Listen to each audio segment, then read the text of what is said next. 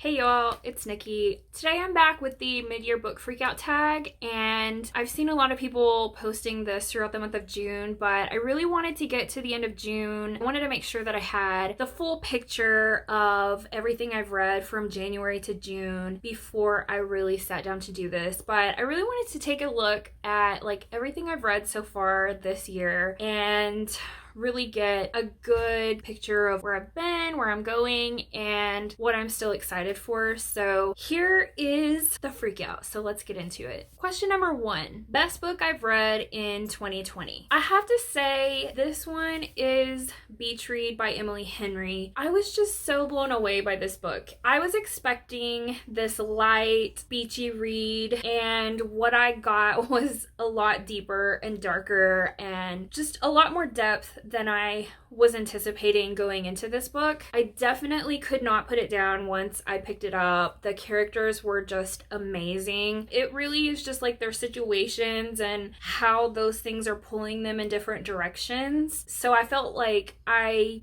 really got pulled in by that. Next question is the best sequel I've read for 2020 so far. This one is kind of a tie, but they're both in the same series. So Wicked King and The Queen of Nothing by Holly Black.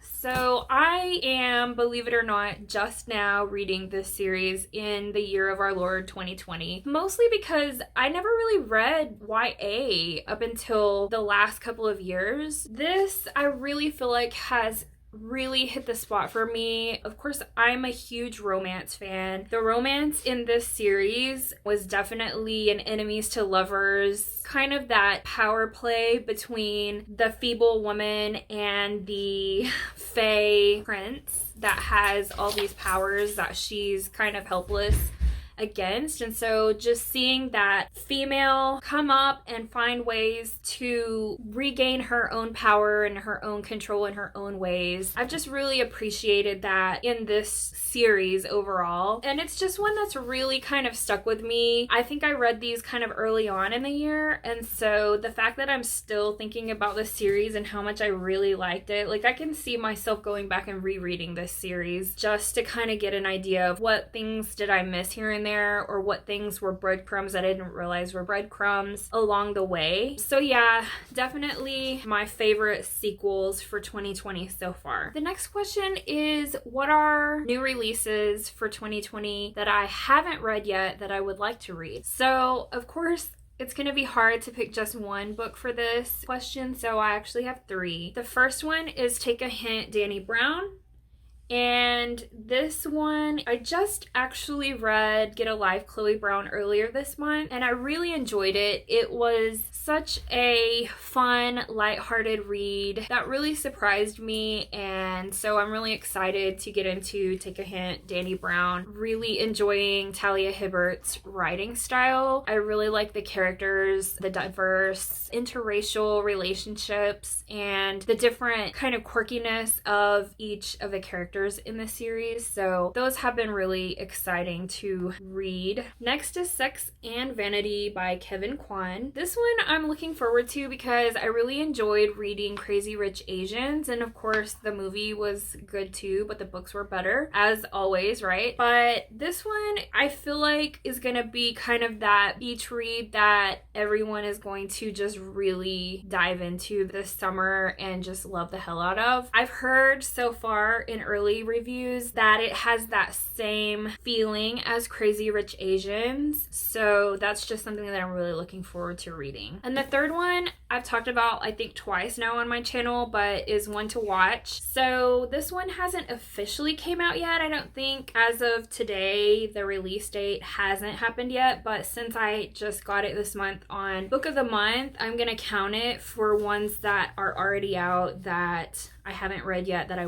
really want to, just because I think it's gonna be another light rom-com with a fat rep. I think it's just a really good message that you can be attractive even if you're not a size 0. So looking forward to this one big time. The next up is what my most anticipated releases are for the second half of the year. I would be remiss if I did not say this next book which is You Had Me at Hola by Alexis Daria. This one I just cannot wait for. It's supposed to be kind of this telenovela drama that is kind of in the vein of Jane the Virgin, which is a TV show, I think, on Netflix. It's just so funny and fun and dramatic, and just the culture and everything is just something I'm really looking forward to. Next is Blood and Honey by Shelby Mahurin, and she's, of course, the first book in that series was Serpent and Dove. Again, enemies to lovers, definitely one of my favorites, and so I'm really looking forward to the sequel for that. And I'm actually a little surprised that I haven't seen anybody else say this yet, but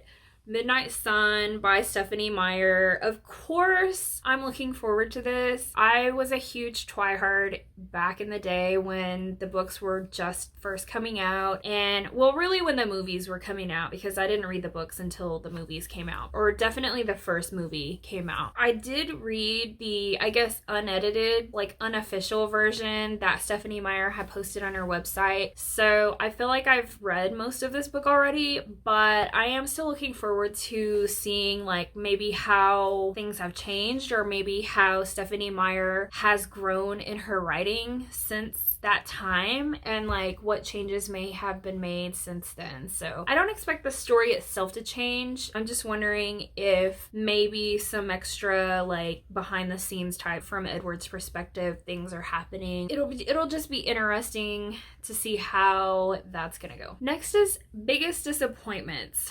So I have 2 books on this one. The first one was Holly Banks Full of Angst.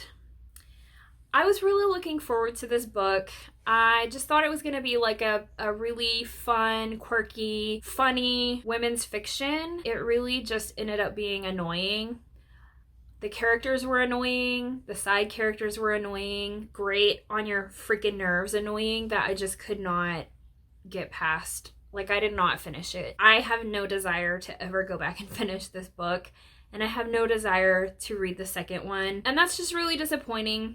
I thought it was gonna be good. It wasn't, so moving on. The second disappointment was The Dressmaker's Gift by Fiona Valpy. This was a book club pick for my local women's fiction book club for June. It's a World War II historical fiction set in Paris, and it just sounded like something that was gonna be so interesting. Like, there's 3 characters that are in the past timeline. It's dual timeline of past and present, but the past timeline definitely was more interesting than the present one. I really didn't get a whole lot out of the present timeline really at all. I think it could have been taken out and nothing would have been lost in the story altogether. But one of the one that I really thought had the most potential was one of the 3 girls that was having this relationship with a Nazi soldier. And that storyline just kind of fell completely flat. It went nowhere. They did nothing with it. It was like such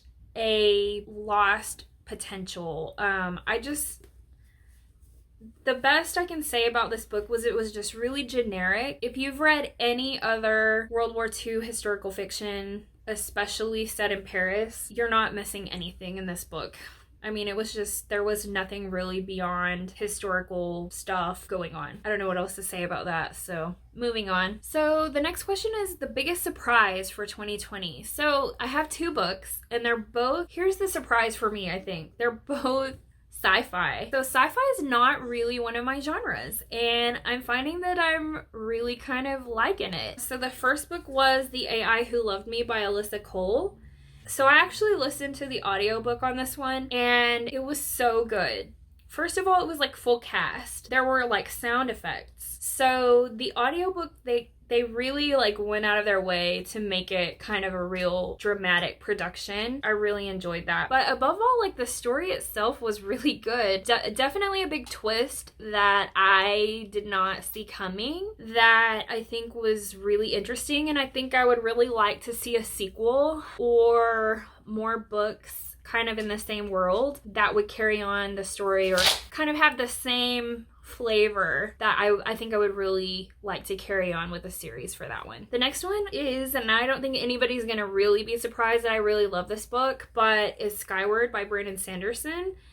So this was just amazing. Like I couldn't put this down. And everyone has said how much of an awesome author Brandon Sanderson is. This was the first book I've read by him, and I can see why this is a book that people say start with this one if you're gonna start with any of them. It was just so good, and I definitely want to read more of his work now. The next question is favorite new author. So this can be either a debut author or a new to you author. I am going with a new to me author. This is an author that I think she's definitely been around a while. I've heard a lot of good things about this author and how really well she writes. But Kennedy Ryan. So I just this month read Long Shot, and oh my gosh, like I'm just so blown away by this story. Like I have to read the next book in the series. I absolutely loved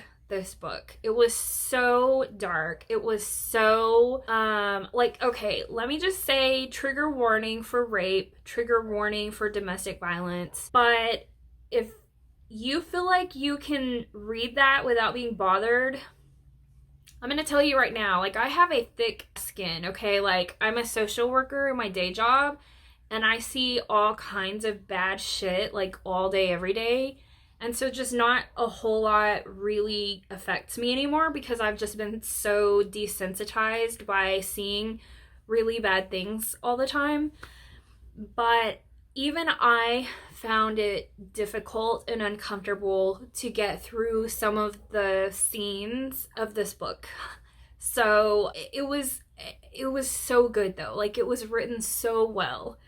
And the love story in this book was just, it was like slow burn. There was just this connection from the very beginning that we got to see grow and really like cling to these characters despite everything else that they had committed to. And oh, it was so good. Like I literally cannot wait to jump into the second book in the series. So Kennedy Ryan, here I come. The next question is my newest fictional crush, and I had a lot to choose from because y'all know I read romance, but I have to say this is actually a surprise to me because I've recently done a reread of the Infernal Devices. I finished all 3 books in like 2 months. The first time around that I read these books, which was like a decade ago, I was definitely team Will. But this time, I'm actually really digging Jim. Like I really was feeling James Carstairs in the Infernal Devices this time. And that's something that I really did not feel the first time around. Like I liked him, but if I had to pick between he and Will Herondale, I would have hands down picked Will and said James can go find somebody else. But not this time around. Like I just really liked him this time. Next question, newest favorite character is James Fraser. Like, Jamie, you are my life right now. He might also be my fictional crush as well. Like, I don't know. I don't think I have to say really why. I think it's kind of obvious. Like, that super manly, masculine, like, just rough and tough dude. This Scottish Highlander with his Scottish brogue and, like, all these, like, tough things about him, and he's wielding a sword and he's kicking ass and like all these things, and he's just anyway, James Fraser. Next question is books that made you cry. Well, let me tell you, so The Nightingale by Kristen Hanna definitely made me cry. This was a fantastic World War II historical fiction set in Paris. So forget the Dressmaker's Gift, or whatever that was called. Just pick this one up instead if you haven't already, because oh my gosh, like the end of this book just had me bawling. Really, really good. Another book that made me cry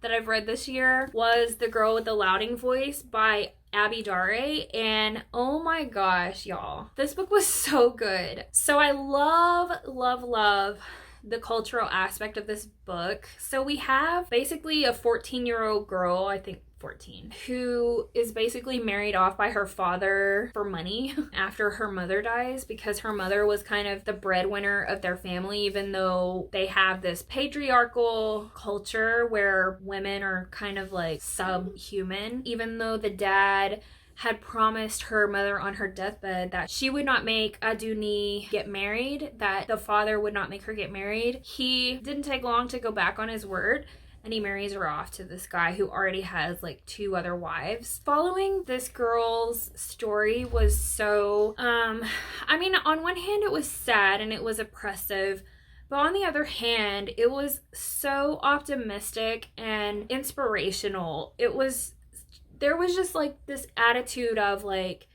yeah, I'm going through this right now, but all these other women have gone through this before me, and it's okay because I'm going to keep chasing my dreams and I'm gonna get what I want someday. She really just wanted to go to school and learn. It was just so good. And the part that really made me cry was she had kind of befriended this white lady that was just really nice to her, and she would visit this lady every now and then. And one day this lady's mother-in-law wanted to take her to like some, I don't even know what kind of place it was, that they ended up beating the hell out of her like as this way to like supposedly help her to be able to get pregnant, because her husband wanted to have kids and her mother-in-law wanted her son to have children. She didn't want to have children, and so she ends up like kind of caving, and she's like, all right, well, I mean, let's just see how this goes. And then she gets there and it's like some hokey bullshit, and they end up like beating the hell out of her. And Aduni is like, you know, she wants to kind of intervene and help, but she knows that she can't, because, you know, she's just like one little girl. Like, what is she gonna do against all these people? And so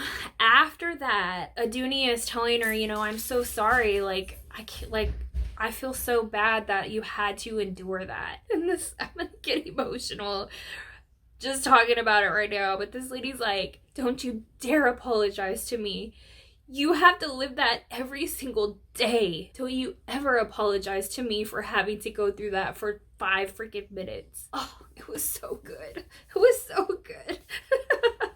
Okay. I'm stupid. The third book on my list that also made me cry was The Things We Cannot Say by Kelly Rimmer. And this was another World War II historical fiction, but this one I think was actually set in Poland. And this was another really, really good, probably top 5 books I've read this year. It was just really, really good story. But it definitely had me crying at the end, just like The Nightingale. Next question is books that made me happy. So the first one is Felix Ever After, and the second one is Love Her or Lose Her. So Case and Calendar's book was a YA contemporary with a trans youth, was born female. He identifies as male, and so he kind of went through the top surgery and is kind of living life as a male now, but he's also pan. Even though, to me, I think what made me happy about this book was like, it was just so happy and upbeat. Like, yes, it did gloss over some deeper issues that could have taken it down some dark paths, but I feel like it did this in such a way that it really focused on the relationships of the story, and it just ended up being really an upbeat and happy read for me, and I really, really, really enjoyed that book. Love Her or Lose Her by Tessa Bailey. So I think the reason I liked this one so much was because it wasn't typical romance where it's 2 people that are just meeting each other or they're just starting out a new relationship. It was a married couple who is kind of on the rocks, and they're trying to decide, like, do they want to stay together? That aspect of it was like really fresh and refreshing to me, but it was just a fun read. That one really made me happy. So next question is the most beautiful book I've bought so far this year, and I'm gonna have to pull this one out again, The Girl with the Lauding Voice by Abby Dare. Like, I don't know if I have to describe why I think this book is just beautiful. I mean, you can kind of see for yourself. The next and final question is books I need to read by the end of the year. So I thought about this a lot, actually.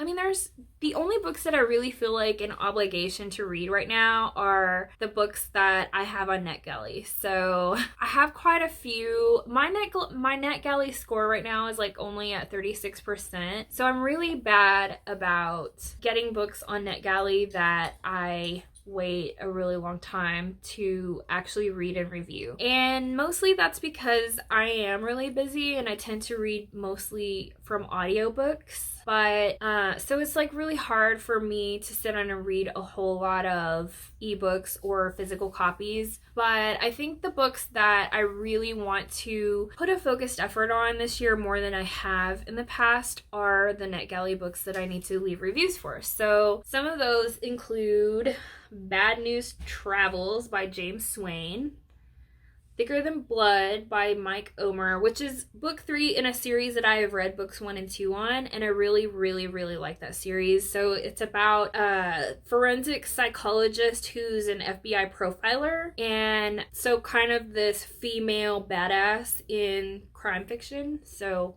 really good series. I am looking forward to reading that one. The Day I Disappeared by Brandy Reeds. It's another mystery thriller. A Borrowed Life by Carrie Ann King, which is a women's fiction. The Three Mrs. Wrights by Linda Keir, which is another mystery thriller. A romance called More Than Neighbors by Shannon Stacy. This was a Harlequin special edition. And some of the really old ones that I really need to put some time into. Been There, Married That by Gigi Levanger.